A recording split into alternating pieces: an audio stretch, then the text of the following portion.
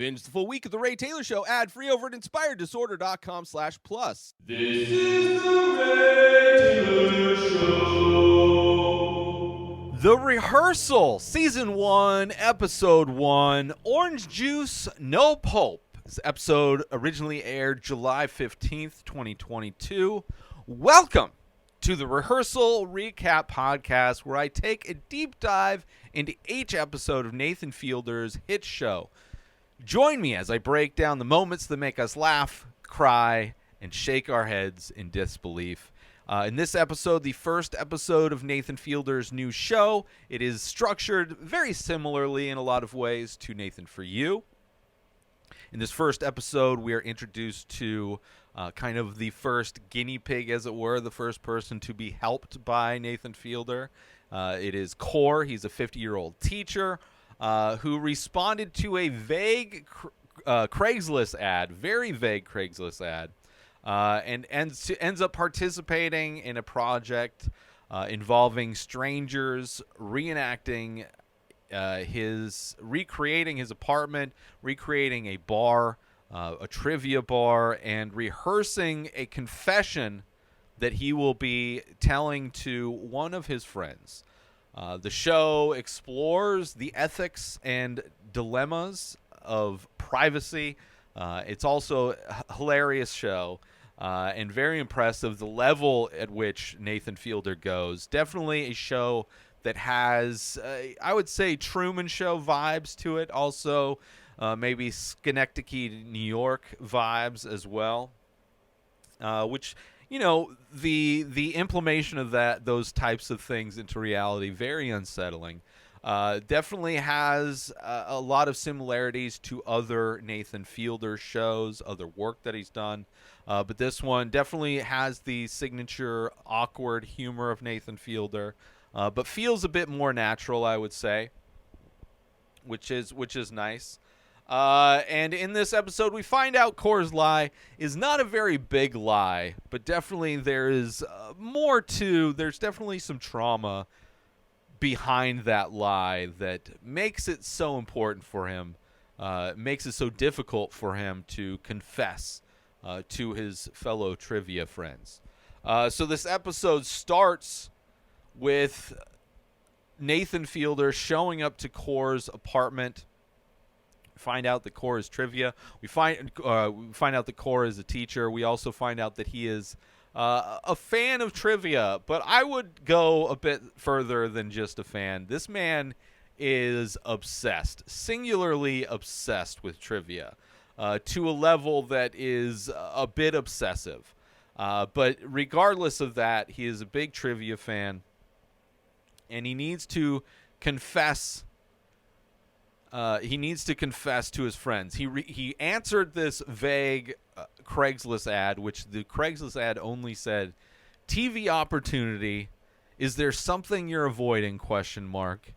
Submit video." That's all the Craigslist ad said, and he just sends in a video that he's been avoiding confessing to his trivia team that about his education. They think he has a master's. But he doesn't, and it's gotten to a point where, they're one of his friends is sending him job applications that would require him to have the education that he's lied about having. And this lie has been going on for 12 years. So it is quite a lengthy lie to be just kind of ridiculous, right? Trying to pretend to be a different person to impress people, not to want them to look down on you. But I don't know, man. I guess it's very weird what people will lie about, right? What their insecurities are. And, money is a big one people will lie about.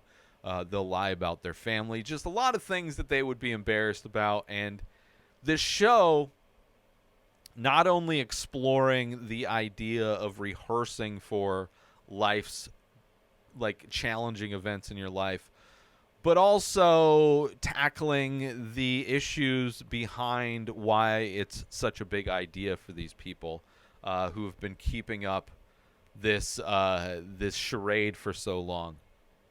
We also find out Kor's specialty in trivia is TV, yet he has never heard of Nathan For You, which is kind of funny in a way that somebody would specialize in TV. I would be interested to know what TV shows Kor does know a lot about.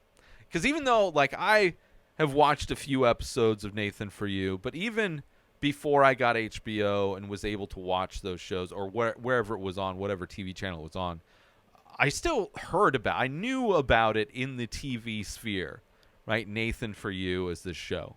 At least I had heard of the title. But, also very unique type of a premise, which this show, The Rehearsal, is definitely a step beyond how unique Nathan For You was. But similar in a way where he's trying interesting, unique things to help improve people. In Nathan For You, helping improve people's business in most cases. In this one, helping people with kind of life situations in a lot of ways. But in their conversation, so he's at Kor's apartment, right, telling little awkward Nathan Fielder jokes about the Doors, talking about the books, little banter here and there. Obviously seeing how awkward in, like, just the awkwardness that is matched with Kor and Nathan. Like, they are two guys who are the most awkward kinds of people. Probably on a spectrum of some sort. Would not be surprised. Right? Definitely have that vibe of like, definitely not loose, which would also kind of, I guess, make sense in a lot of ways. The level of preparation that Nathan goes through and even the premise of this show in having to prepare and rehearse these things instead of just being in the moment, trying to just have faith in yourself to act in the moment or be in the moment, which this show is not about being in the moment. The show is completely about preparing for every potential moment, which is a lot of work. Like, if you put that kind of effort that is put into these rehearsals into just tools to allow you to act and react in the moment of a situation and be able to handle a wide range of situations just based on your ability to be in the moment, as it were, I think it would be much more successful than what this is, but wouldn't be as interesting and fun as this show is, because this show is by far one of the craziest things that I've ever seen, and that's why I'm obviously going to be breaking these episodes down.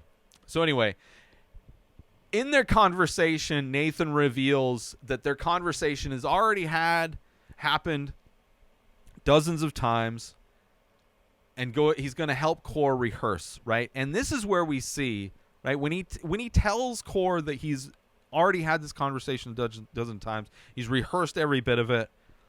He mentions that when there were people that came from the gas company, they showed up to his house. They actually did a scan, which is the technology that is available these days is amazing as well. They did a 3D scan of his entire apartment so Nathan could completely recreate his apartment, so he could then hire an actor to play Kor, have that actor learn Kor's mannerisms and things so that Nathan can go through to try and be funny, to try and be a better version of himself, to work on things that he isn't necessarily good at dealing with in the moment. And that's where you realize watching this show when Nathan's like, oh, by the way, this conversation I've had this conversation 20 times. It's almost like those moments in the time loop movies where the person confesses that they're in a time loop and that they've experienced the same thing over and over again. It is very much a mind-blowing thing. And seeing the level that he goes to just at his apartment, that's not even to talk about the bar that we see later. But definitely one of the big mind-blowing moments, and also absolutely hilarious to see Kor's complete and utter non-reaction to. He is very unfazed. He's just like, oh, okay. Like, my brain has been splattered over the ceiling and the wall from what I see is what this show is going to be, or at least what I think this show is going to be. And just to go to Kor's reaction is just so flat, and it's like, oh, okay. Very obviously, probably he's going through the logistics and the reality that people scanned his entire home down to the last detail, down to what books were on his bookshelf, and things like a huge invasion of privacy. But he doesn't seem like angry. He just looks like he's unfazed by it. But it's still crazy. So in an effort for Nathan to kind of get Kor to open up, because he mentions that like it's really only one person he's worried about in his trivia team, about confessing this lie to them that's been going on for 12 years. He's worried that this person will be violent. At least that's what he says. But then when he explains what violent means, basically they're, maybe they'll yell and they might not have a friendship. So it definitely could go wrong, but no bloodshed in that violence. Little bit over the mark as far as describing the reaction as potentially violent. But he's still like not willing to open up and even mention who it is. He's very kind of guarded with the details of this thing. But, so in an effort to do that, Nathan plans this day. And when I say plans this day, it's not like, oh, there's a few activities they're going to do together. He's rehearsed this day. He is planned to the absolute detail. Like they go skeet shooting, which this dude's last name is Skeete. And Nathan points out in one of many efforts Nathan takes to be funny in this episode. Kor is not a comedy fan. Like this dude would be horrible at a comedy club. He does not laugh or really give anything back. Very, very straight man as far as comedy goes. So takes some skeet shooting and Nathan replaced all the bullets with blanks so that they might bond over both being bad at not hitting any of the clays, right? The clay pigeons that they're shooting. Let's take a little break from the show to promote the benefits of Inspired Disorder Plus. So you go inspireddisorder.com/plus. Sign up, $5 a month. You get to binge the full week of The Ray Taylor Show ad-free. You get to watch all of the live painting videos I do. You get a special members-only discount and deals for all of the artwork and merch that I sell. You also get the complete podcast back catalog of every podcast I've ever produced, hundreds of episodes, countless different podcasts. You also get access to my personal blog. A new blog comes out every week. In addition to that, you get my creative writing that I'm releasing. You also get access to Asking Me Anything. 14 years of experience podcasting. I've been creating art my entire life. I've been using Photoshop since middle school. And you can contact me to ask me questions about that or anything else. So those are the benefits for signing up for Inspired Disorder Plus. And now let's get back to the show. They end up going to a heated pool, where they finally kind of opens up a little bit. Nathan talks about how he was married. We find out that Kor had a marriage and it ended horribly. He considers it to be one of the greatest failures of his life. And in an effort to not get too personal, in an effort to keep Nathan from divulging too much personal information to Kor, he hired an actor, this overweight man, to join them in the pool to make it awkward for them to continue talking. Like every little detail is very, very much like a Truman Show type of a thing, where everybody else in this show, aside from Kor, aside from the mark, is potentially an actor. Every scenario that they are in is potentially set up in a way to elicit a specific response. And it's just crazy. But there is a funny moment when they're driving back. He finally does open up in the car, and he tells him about his friend Trisha, and she writes a blog that's called Cheap Chick in the City. And there's a hilarious moment where they just keep repeating Cheap Chick in the City to each other, as if initially to clarify the name of this weird sounding blog, but it's almost like how Family Guy, one of the ways Family Guy tries to be funny is just repeating something over and over again, but then repeating it too long, because in that repetition being just drawn out way longer than it should ends up being funny. I would say implemented in this show far better than anything Family Guy. I'm not a big Family Guy fan, but definitely a thing that Family Guy relies on heavily in their comedy. That and references. But yeah, Cheap Chick in the City. So Nathan hires an actress, right? Because to do this rehearsal, he's going to need Kor to rehearse with somebody. He hires an actress to play Trisha, and for this actress to be prepared, he sets up an interview for Trisha to write a blog for this fictional blog that Nathan Fielder came up with, right? So then we see the scene with this actress who is seemingly supposed to be interviewed by Trisha, but the entire conversation and hilariously edited scene is just Trisha rambling. She's like somebody that just does not stop talking.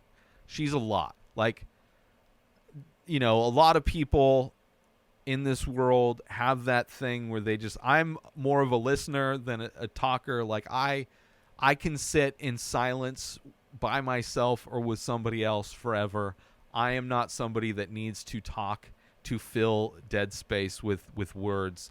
But Trisha is the complete opposite type of a person, where she will just talk and go on and on about something, despite the fact that she is supposed to be the one conducting the interview, barely even letting the actress get a word in edgewise, right? She's supposed to be interviewing this woman for being a bird watcher, but at no point, very rarely does she ever let the actress even start to talk.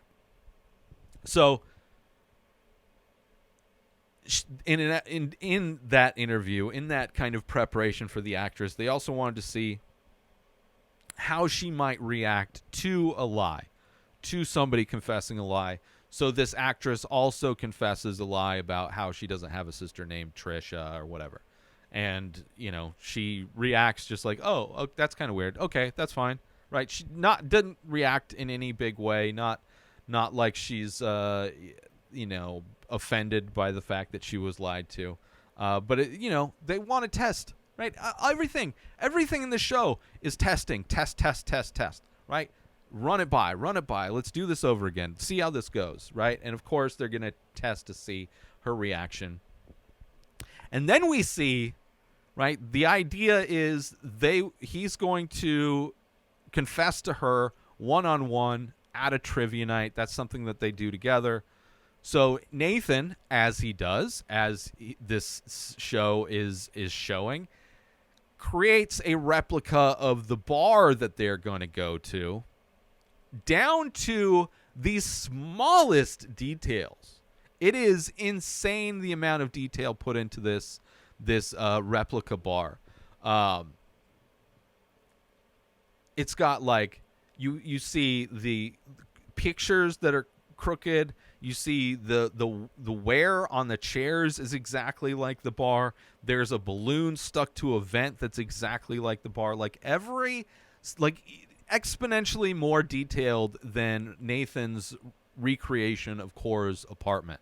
Like just an insane level of detail. And when this actress comes in for them to run through every possible scenario, Nathan has this flow chart basically directing life in a lot of ways. You see how accurate, I would say, the actress is, which is something that you also see with the actor who portrays Kor when Nathan was rehearsing. So you're seeing like not only the level of detail in the recreations of these locations, but also the level of detail in the actors that are being these people because of the preparation Nathan. So it's not only like the layers of the show are not only for the character, the main focus of the episode, not just for Kor, but also the preparation and rehearsals that everybody involved goes through, what Nathan goes through, what all these actors go through. So it's like it is so many levels. That's why in so many ways it almost feels like not only Truman Show but also Schenectady, New York, where there's just like layers upon layers of this thing that's going on, and it's just the amount of complexity involved is just insane. So they're running through all the potential outcomes, and as they're doing this rehearsal, which trivia is going to be played while Kor is supposedly going to be confessing, Kor gets just completely off track and obsessed with trying to get this trivia right, even though it's a rehearsal, right? We're seeing the level of Kor's obsession with trivia. He can't focus. He's only focused, only cares about this trivia thing and not focusing on what he should be doing. And that's worrying Nathan. So Nathan, of course, has a plan because, that's just it's just amazing how this guy's brain thinks. So, of course, in a way to make it so Kor doesn't have to worry so much about getting the trivia questions right, because that is almost more important to him than actually confessing this thing, is that he doesn't want to get any of the answers wrong. Like it is so much of his identity is being like this person who knows the answers to things, which is also a very interesting overall thematic thing as far as what rehearsals are doing, which Nathan kind of speaks about at the very end of this episode. But so Nathan's plan is to, because Kor doesn't want to cheat, obviously, he wants to basically like inception these answers. He sets up, gets a hold of the trivia guy, knows what the questions are going to be, and goes on these walks with Kor where people around them as they're on their walk are inceptioning answers to things, talking about trivia. Even Nathan doing it himself. Like they go into the building where they're rehearsing and there's a door code and he's like, oh, the door code is this, which is the year that this war took place. They're walking through a park and there's two women. One of them spills something on her pants. It's like, oh, these DKNY pants, directly from New York, right? Just giving all these things. The funniest one is they're walking by and there's a cop that's got like the caution tape, and apparently there was a shooting or whatever. Not a shoot. It wasn't a real shooting, but that's what the cop is saying. And he's like, it's the most hilarious line when this cop's like, days like these, I curse the Chinese for ever inventing gunpowder, right? Clearly, one of the questions going to be who invented gunpowder, right? So the level of deception and manipulation Nathan is going to make it so Kor doesn't get distracted in the moment, so he can stay on track and stay focused to actually do this rehearsal.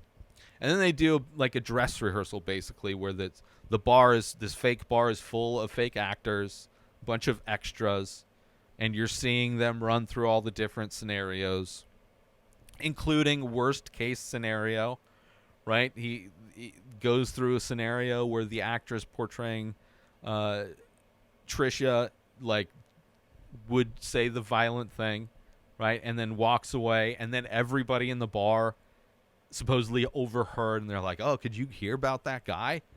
He just lied about having a master's degree. Which is ridiculous, but also the worst case scenario. Like, what would be the worst thing that could happen? Yeah, everybody in the bar making fun of you, like the ultimate embarrassment, kind of, which would never happen. It would happen in like a movie or something like that. It would be ridiculous for everybody in a bar to care that a guy lied about having a master's degree. But so they do the dress rehearsal, and the plan kind of, you see him following the plan, going. So now it's the time of the confession, right? Shows up, somebody's at the table. He's got this crazy excuse to get the table that he's supposed to be sitting at. Like they prepared just in case somebody was sitting at the table they were planning on sitting at. God forbid you go to another table. We have to go just as rehearsed. Makes an excuse about like, oh, this sentimental value, grandma died or whatever. And everything seemingly is going as planned. Following the script, you start seeing that the inceptions are actually working. He's getting the trivia questions right. And he's doing well. And he confesses, and he gets to a point where it's like, okay, he knows that now is the time where he's going to confess. And it's so drawn out and dramatic where it's like a long pause, right? Where you know he's thinking, you know he's like, I should do it now. I guess I'll do it now. They had a thing where it's like if he wants, go get pizza. That way it'll be easy for him to get a word in if she's got her mouth full eating pizza, right? So he goes to get the pizza, and then he starts to bring it up. It's like, oh, there's this big thing I want to talk to you about. But then, like, the pizza kitchen makes a noise. He's like, oh, is that the pizza? And he gets distracted. So it's like, oh, is he going to do it? Right? Watching this episode as the audience, like, is he going to do it? Like, is like all of this work, and it feels like he's about to bail. It feels like he's not going to go through with this confession. And even after he starts, it feels like he's going to tap out. But she kind of pushes it. So what were you talking about before? And he goes in and he tells her, and she takes it fine. Right? She takes it well. But it was very dramatic. I'm like yelling at the screen, do it! Tell her! Such a long delay. But just a ton of work for just a very small lie. Like, so much work. But it is kind of great. It is kind of thrilling in some ways to see it succeed. I want to take a quick break from the show to let you all know that there is official merch for the Ray Taylor Show. Head on over to inspireddisorder.com. You can get t-shirts, different artwork available, different designs, all on high-quality materials in all the sizes. There's also iPhone cases made of biodegradable material. That's right. This is not bad for the environment. This is good for the environment. So all of those designs that are available on t-shirts are also available on phone cases. Designed by me, sold by me. Head on over to inspireddisorder.com to support the Ray Taylor Show and promote it out in the world, so all of the people in your life can see that you are a fan of the Ray Taylor Show. Now, let's get back to that very show right now. And they even rehearse different conclusions, right? Like they show him, it being successful, and then him on these walks with this actress, and just kind of talking more, or what he'll do if he's rejected and he goes back home and just kind of thinks about it while in bed. Like, he shows all of the potential reactions. And then this is during the voiceover, Nathan says it's easier to choose a path when you can live the future first, right? Free from doubt and regret, always knowing the answers, right? But in many ways, that is like what Kor doesn't want in trivia, right? Knowing the answers before they're asked. Right? Instead of being in the moment and testing yourself in the moment with trivia, just putting your knowledge to the test is the antithesis of what this show is. Right? This show is trying to predict the future and to prepare you for that future because you're aware of all the potential pitfalls that can happen. Right? So it's definitely a very interesting thing. And even in that moment when Nathan's giving that voiceover, we're seeing Kor with the actress at his apartment or fake apartment. I think it's his real apartment. It might be his fake apartment. And they're watching Jeopardy, and he gets an answer wrong. right? The answer is a red ribbon. He says a ribbon. He's like, oh, I would have lost points, right? And he's okay with being wrong in the moment. And I think that's, in a lot of ways, what this show is trying to illustrate in showing you what not to do, right? In showing you how much work goes in for people that want to prepare for everything instead of preparing yourself to just be in the moment and trusting yourself in the moment. So I found that to be, at the end of this episode, an interesting kind of a juxtaposition between the intentions of Nathan Fielder trying to, help people choose their path because they already know what the future, they already know what the answers are, but how in knowing the answers goes completely against what Kor wanted to do, specifically with the thing that he's obsessed with in the trivia. And then we see Nathan sitting down with Kor, asking him how he thought it went. And of course, Kor was more excited about doing well in trivia, but he's like, oh yeah, that went well too. Like, trivia was great. And oh yeah, that, the confession went good too. And then you see this moment where Nathan is, how I think this played out is that you see Nathan then talking to the actor portraying Kor and telling the actor that he actually inceptioned the answers. He told him the answers to trivia before because he knew he would be so nervous in those moments, so he wanted him to have those answers so he wouldn't have to think as much about that, so he could focus on the confession, right? And Nathan's telling the actor that, and the actor's response is like, this is horrible, you're a horrible person, why would you do that? And then it cuts back to what I believe Nathan sitting across from Kor, and in that moment Nathan deciding not to do the thing he rehearsed to do, right? To not tell Kor that he rigged the game, right? And I think in that moment it's in that moment it's choosing what not to say, right? Knowing the times when it's okay, things are better left unsaid, right? It's better for Kor. Now, obviously, if you watch the show, he's going to know that was an intention, but that on some level, maybe that's something that's the way Nathan's confessing to Kor that he rigged the trivia answers. But that's what I think, because it is kind of confusing, that scene, because you don't know if when he's saying those things about rigging the trivia, you don't know if he's actually telling that to Kor. But I don't think I think he rehearsed telling it to Kor, and we're seeing the rehearsal of that. But then we also see in the moment him not saying the thing, not confessing, right?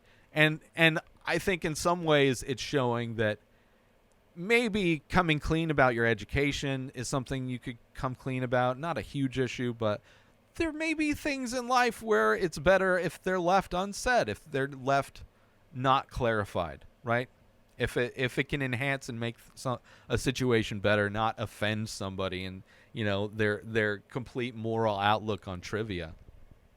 But interesting themes at the very end of this, in regards to even what the show was about, in regards to trivia, in regards to knowing the answers and how that applies to knowing the future, knowing outcomes, training for all the outcomes.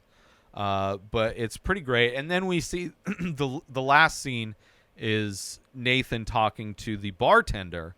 We don't hear the conversation, but I think it's interesting that he's talking to the bartender, because out of every aspect of the show that is very prepared and detailed and very minute, the bartender was the one person who didn't have and had no idea how to make a margarita, had no preparation whatsoever, seemingly, right? Because they didn't really had to do. She just had to give drinks, but she never learned how to make those drinks, right? And I think in that scene we see that actor represents somebody who is not prepared but willing to be themselves in the moment, and how that is the person that Nathan chose to talk to, right? He's not talking to people that have prepared to have a conversation with them. He's having an open, real conversation with somebody who is open and real. So I think it's a very interesting examination that this pilot episode does for the overall ideas of what Nathan's trying to do, and pretty brilliant, I would say. So in this episode, we saw the level of recreation and preparation Nathan goes to. We see the level that this show is going to be showing us of not only not only preparing the subject for rehearsals, but also even a step back where we're seeing everybody involved in helping that person get prepared. We're seeing the levels of preparation that are going on. We see the crazy recreations that are going to be happening, not only Kor's apartment, the trivia bar, just the complete and utter level of detail that the bar had, the worn chairs, the picture, all of those little details, even a pizza oven that they just threw away uncooked pizzas and then put out. Like, it was like the level of detail to make everything seem legit was crazy. Also, we get to see how good these actors are. You know, the actor who plays Kor, I think, nailed his kind of vibe. Same thing with Trisha, the actor who played Trisha. Obviously, the bartender is the one person who wasn't prepared, but also the only person you see Nathan kind of having a fun conversation with at the end. But also in this episode, which I think is foreshadowing for the entire series, Kor compares Nathan to Willy Wonka. He's the dream maker, right? Because he's creating all of these things for Kor to prepare to realize a dream of coming clean and confessing this thing, right? And Nathan, in Kor telling him this, is like, wait, didn't he kill all those kids? Like, wasn't Willy Wonka kind of a bad guy in that movie? And in so many ways, this show is Willy Wonka and the Chocolate Factory, where on the face of it, it seems like he's doing these good things. But as we will see in this series, that it kind of takes a turn where maybe he is more like Willy Wonka than he thinks. Like, the accuracy of that comparison is more telling than I think Kor even intended. I think Kor meant it in the positive way, but I think the reality of what the Willy Wonka movie is definitely a great foreshadowing of what we're going to be seeing in this series as a whole. So it's interesting that specific thing was put in this episode, in the first episode of the show, where, you know, we're first introduced and we're like on its face, like, oh, this is amazing what Nathan's doing. This is like really magical what he's doing. And seemingly going to be helping, like, it was kind of emotional seeing Kor finally confess to his friend. So it's going to be interesting when, you know, we get that moment of Willy Wonka where they're in the boat and it's getting dark and it almost turns into a horror movie, right? Where those moments are going to come up. And in the next episode is kind of almost like, this is definitely a pilot episode, right? It shows the overall concept of the show. It shows the potential harms. I mean, invasion of privacy, but also, you know, preparing, knowing the answers, seemingly knowing the answers before they're given, versus just being honest and in the moment. But in the next episode, we're going to be introduced to Angela, who's preparing for motherhood, and the complexity of that rehearsal is going to even go to the next level. And of course, in her preparing for motherhood, so there's going to be children involved, and due to child labor laws, there is interesting things that they have to do to comply with those, but to also pull off this rehearsal. Also with a house, with trying to find a husband to also rehearse is part of the next episode. And I think it's the true beginning of what we will see, a massive rabbit hole that kind of everything goes into. And we see where the Willy Wonka comparison becomes more and more accurate as the season goes on. So that was the first episode. I want to thank everyone for listening to this episode of the Rehearsal Recap Podcast. Make sure you tune in next week for our analysis, for my analysis of the next episode of the Rehearsal. You can find all the podcasts. You can find this episode. You can find the show on all podcast platforms, as well as youtube.com/inspireddisorder. I'll see you next time. New episodes of The Ray Taylor Show come out every single day. Subscribe on YouTube and everywhere our podcasts are found. Binge the full week over at inspireddisorder.com/plus. Buy Ray Taylor Show merch over at inspireddisorder.com. Have a wonderful day, everybody. Peace out! Today is the day where you wake up and you realize that everything that you've been dreaming about, everything that you've been wanting, every goal and wish and hope that you've ever had can become real. Dreams can come true. What you manifest in your mind, you can bring to reality.